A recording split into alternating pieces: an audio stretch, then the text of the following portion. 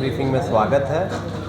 जैसा कि आपको पता है, आज नाम निर्देशन वापसी की अंतिम तिथि थी 7वें चरण के लिए, वो समाप्त हो चुका है। जो शेड्यूल है 7वें चरण का, वो पिछले प्रेस ब्रीफिंग में भी हम लोग बताए थे, आप लोग सबको जानकारी है। 7 तारीख को अधिसूचना जारी हुई है, 14 को नाम निर्देशन पत्र दाखिल करना प्रारंभ हुआ, आखिरी अंतिम तिथि थी। स्क्रूटिनी 15 मई को हुआ है। अभ्यर्थिता वापसी की अंतिम तिथि जो कि आज है 17 मई 3 बजे तक। मतदान की तिथि 1 जून, मतगणना की तिथि 4 जून और पूरी प्रक्रिया समाप्त करने के लिए 6 जून का समय चुनाव आयोग के द्वारा निर्धारित किया गया है। इसके अलावा जो मतदाताओं की संख्या है यहाँ पे, वो कुल मतदाता हैं 21,65,574। इसमें पुरुष मतदाता हैं 11,51,480 और महिला मतदाता हैं 10,14,061। थर्ड जेंडर के 33 वोटर्स हैं और जो सर्विस वोटर्स हैं, सेवा मतदाता, वो हैं 18,051।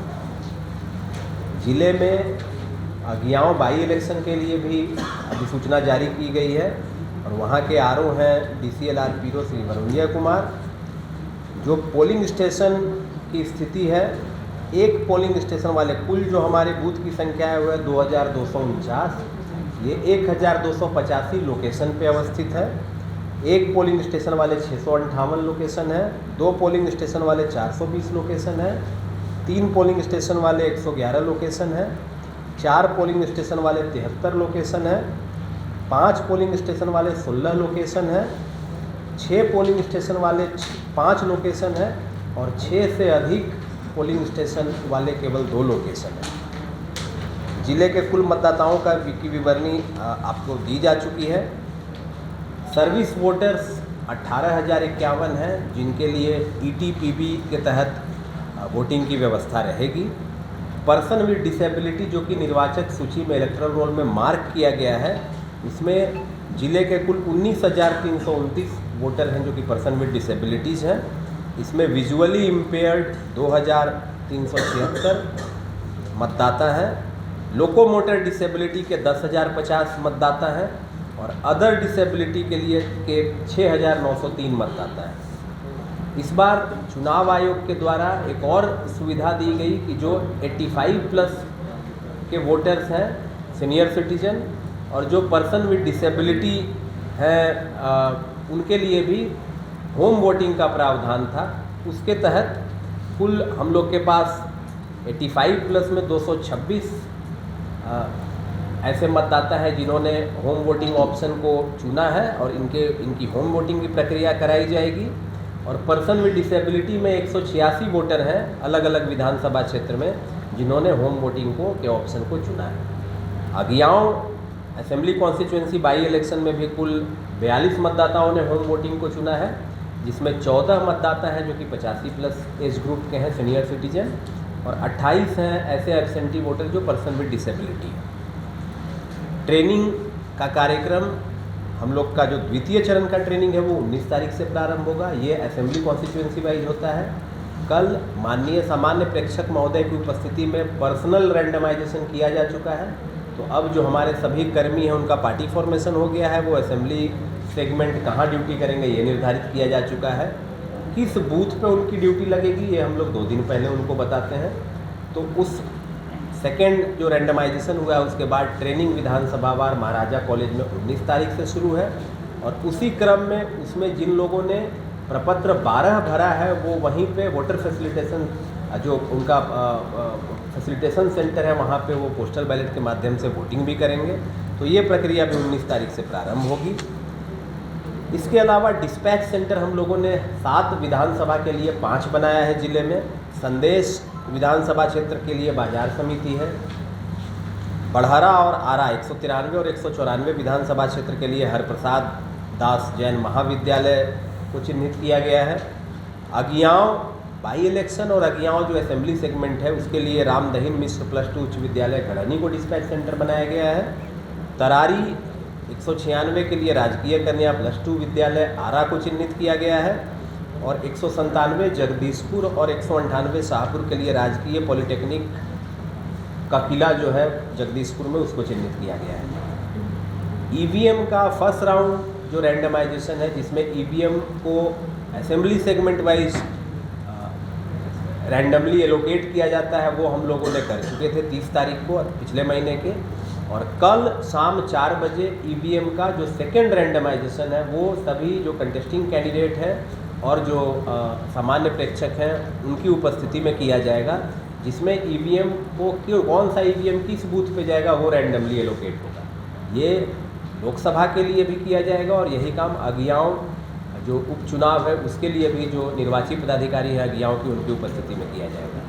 इसके बाद ईवीएम की प्रेपरेशन का काम इन्हीं चिन्हित डिस्पैच सेंटर पे प्रारंभ किया जाएगा और वहाँ से एक दिन पहले इलेक्शन के ये सभी ईवीएम अपने अपने मतदान केंद्र पे मतदान जो पोलिंग पार्टी है वो लेकर के जाएंगे। मॉनिटरिंग के लिए और जो एसओपी है उसके तहत सारी कार्रवाई की जा रही है। फ्लाइंग स्क्वाड की 24 टीमें कार्यरत हैं। स्टैटिक जो एसएसटी चेक पोस्ट है वो 23 कार्यरत हैं। ये 3 पाली में काम कर रहे हैं, कुल 69 लोग। वीडियो व्यूइंग टीम 8 है जो कि कहीं भी अगर कार्यक्रम हो रहा है तो उस पर नज़र बनाए रखे हुए हैं। अकाउंटिंग टीम 5 है। असिस्टेंट एक्सपेंडिचर ऑब्जर्वर 9 है। वीडियो सर्विलेंस टीम 8 काम कर रही है और माननीय व्यय प्रेक्षक महोदय भी जिले में आ चुके हैं और वो उनके दिशा निर्देशन में भी इन सभी टीमों की ट्रेनिंग की गई है और अभ्यर्थियों के साथ भी सामान्य प्रेक्षक और व्यय प्रेक्षक कल 5 बजे ट्रेनिंग देंगे और बाकी जो चीज़ है उस पर उनको ब्रीफ करेंगे। अभी तक कैश सीजर 1,18,00,000 के आसपास किया जा चुका है। लीकर का जो सीजर है वो 43,204 लीटर है। नारकोटिक्स 71 केजी के आसपास अभी तक जब्त किया जा चुका है। जो नामांकन हुए हैं, अब चूँकि वैलिडली अभ्यर्थिता वापसी की तिथि समय समाप्त हो चुका है, तो 32 आरा संसदीय चुनाव क्षेत्र के लिए हम लोग के पास कुल जो स्वीकृत विधिमान्य अभ्यर्थी हैं वो 14 हैं और सिमिलरली अज्ञाओं विधानसभा उप निर्वाचन विधानसभा के लिए कुल 9 अभ्यर्थी हैं जो कि चुनाव के विधिमान्य अभ्यर्थी हैं।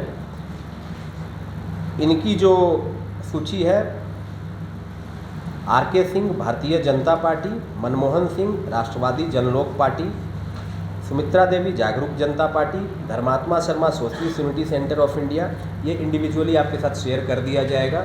और उसी तरह से बिहार विधानसभा उप निर्वाचन 195 अज्ञाओं के लिए भी Shiv Prakash Ranjan Communist Party of India, Marxist Leninist Liberation, Prabhunath Prasad Janata Dal United, विजय मेहरा निर्दलीय, सोनू कुमार निर्दलीय, प्रदीप कुमार निर्दलीय, भिखारी राम निर्दलीय, उपेंद्र कुमार निर्दलीय, उपेंद्र कुमार निर्दलीय, सरस्वती देवी निर्दलीय। जिले में मतदाताओं को जागरूक करने के लिए और हमारा जो मतदान का प्रतिशत है वो बढ़े, इसके लिए व्यापक स्तर पे कार्रवाई की जा रही है। हम लोगों ने जो मतदान केंद्र जहां 50% से कम वोटिंग हुई है विगत लोकसभा चुनाव में, वैसे 779 मतदान केंद्र को चिन्हित किया है और बूथ स्तरीय कमेटी गठित की गई है, जिसमें बीएलओ है, जिसमें जो हमारी आंगनबाड़ी सेविका सहायिका हैं वो सदस्य हैं, जीविका जो दीदी हैं वो उनके सदस्य हैं और इसके अलावा जो हमारे अन्य सरकारी कर्मी हैं वहाँ पे उनको भी इस अभियान से जोड़ा गया है। संकल्प पत्र का वितरण स्कूल, कॉलेज, कोचिंग संस्थानों में किया गया है। होर्डिंग लगाने की प्रक्रिया की जा रही है और मतदाताओं को अधिक से अधिक संख्या में प्रेरित किया जा रहा है कि वो 1 जून को आकर अपने मताधिकार का प्रयोग करें। इसी क्रम में यहाँ का एक स्वीप लोगो भी डिजाइन करके उसका अनावरण किया गया है। एक स्वीप सॉन्ग है जो यहीं की 2 बच्चियों ने गाया है, उसका भी व्यापक प्रचार प्रसार जागरूकता रथ के माध्यम से कराया जा रहा है। स्कूल में निबंध, वाद विवाद, चित्रकला, कविता प्रतियोगिता की जा रही है और ये कार्यक्रम हम लोग आगे भी चलाएंगे ताकि जो मतदान की तिथि के पहले जो लास्ट मिनट नजिंग है वो हम लोग कर पाए और हम लोग विश्वास करते हैं कि इस बार का जो मतदान प्रतिशत होगा वो हम लोग जो पिछला रहा है मतदान का प्रतिशत उससे आगे जाएंगे। मतदाता पर्ची का वितरण हम लोगों ने प्रारंभ किया है, किंतु यह आपके माध्यम से हम लोग बताना चाहेंगे कि मतदाता पर्ची हम लोग कोशिश तो करें कि सभी जितने भी वोटर हैं हम लोग उन तक पहुँचे, बट किसी कारणवश अगर मतदाता पर्ची नहीं भी मतदाताओं को मिल रही है तो इसका ये मतलब नहीं है कि वो मतदान नहीं कर सकते हैं।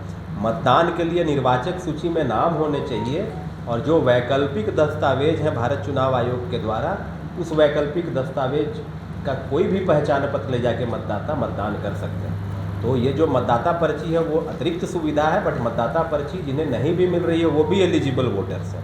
तो ये चीज़ मतदाताओं को आपके माध्यम से हम लोग चाह रहे हैं कि इसका प्रचार प्रसार आपके माध्यम से किया जाए। इसके अलावा जो हम लोग अन्य जो भी हम लोग के स्रोत हैं उसके माध्यम से सभी मतदाताओं तक पहुंच रहे हैं, उनसे अपील कर रहे हैं कि आप अधिक से अधिक संख्या में मतदान करें। और गर्मी को देखते हुए प्रत्येक मतदान केंद्र पे जो बेसिक अश्योर्ड मिनिमम फैसिलिटी है, जिसमें शेड की सुविधा है, पेयजल की सुविधा है, मेडिकल सुविधा है, वो सब हम लोग हर एक मतदान केंद्र पे रखेंगे। और हम लोग ये अपील करते हैं सभी मतदाताओं से कि वो अधिक से अधिक संख्या में आके 1 जून को अपने मताधिकार का प्रयोग करें और इस लोकतंत्र के महापर्व का हिस्सा बने। और हर एक विधानसभा क्षेत्र में एक एक आदर्श मतदान केंद्र है। इसके अलावा सभी विधानसभा क्षेत्र में एक ऑल वीमेन पोलिंग स्टेशन है, जिसमें सभी कर्मी जो हैं वो महिला कर्मी होंगी। इसके अलावा हर एक अनुमंडल में एक पर्सन विद डिसेबिलिटी मतदान केंद्र, जिसके सभी कर्मी पर्सन विद डिसेबिलिटी होंगे। इसके अलावा एक ऑल यूथ पोलिंग स्टेशन भी ज़िले में रहेगा, जिसमें कि केवल जो यूथ हम लोग के कर्मी हैं उनको टैग किया गया है। बट हम लोग कोशिश करेंगे कि इससे अधिक संख्या में भी जहाँ पे अधिक मतदान केंद्र है वहाँ पे फैसिलिटेशन डेस्क लगाए और जो बेसिक सुविधा है उसको उच्च कोटि का रखें। जो रैशनलाइजेशन की प्रक्रिया होती है पोलिंग स्टेशन की, वो इस बार समाप्त हो चुकी है। और रैशनलाइजेशन की जो प्रक्रिया, युक्तिकरण जो मतदान केंद्र का होता है, वो राजनीतिक दल के प्रतिनिधियों की सहमति से होता है, पब्लिकेशन के उपरांत होता है। तो अगर ऐसा कुछ है तो हम लोग इस बार तो नहीं कर पाएंगे, क्योंकि इस बार वो फाइनलाइज करके हम लोग सूची डिस्ट्रीब्यूट भी कर चुके हैं। बट भविष्य में जब युक्तिकरण की प्रक्रिया होगी तो उनकी जांच करा के उनको आगामी जो आगे चुनाव होंगे उसके लिए हम लोग कोशिश करेंगे कि उनके नज़दीक इस्टेब्लिश किया जाए। इलेक्शन कराने के लिए भोजपुर पुलिस पूरी तरह तैयार है और कार्यरत है। इस क्रम में आचार संहिता लगने की डेट से अभी तक कुल भोजपुर पुलिस के द्वारा 32 से 45 लोगों की गिरफ्तारी की गई है। लगातार अवैध अग्निअस्त्रों के लिए छापेमारी भी जारी है। इस क्रम में 44 अवैध अग्निअस्त्रों की बरामदगी हुई है और 131 अवैध कारतूसों की बरामदगी हुई है। देशी शराब की कुल बरामदगी 15,690 लीटर हुई है और विदेशी शराब कुल 11,332 लीटर बरामद किया गया है। इसके साथ साथ हमारे एसएसटी और एफएसटी भी 24 घंटे फंक्शनल हैं। एसएसटी और एफएसटी पे कुल 1 करोड़ से अधिक की राशि बरामद की जा चुकी है। 107 CRPC 107 के अंतर्गत कुल 18,114 लोगों पर कार्रवाई की गई है। इसके साथ साथ 166 लोगों के खिलाफ CCA 3 का प्रस्ताव भेजा गया है और CCA 12 के अंतर्गत 6 लोगों के खिलाफ प्रस्ताव भेजा गया है। इसके साथ ही हमारे जो गुंडा प्रस्ताव लगातार भेजे जा रहे हैं, डोजियर लगातार भेजे जा रहे हैं और हमारे जो भी थाना प्रभारी है वो सिविल साइड से लगातार समन्वय बैठाकर ये हम लगातार प्रयासरत है कि इलेक्शन को शांतिपूर्ण और फेयर तरीके से कराएंगे। कहीं भी लॉ एंड ऑर्डर की कोई समस्या नहीं है। That's all, thank you.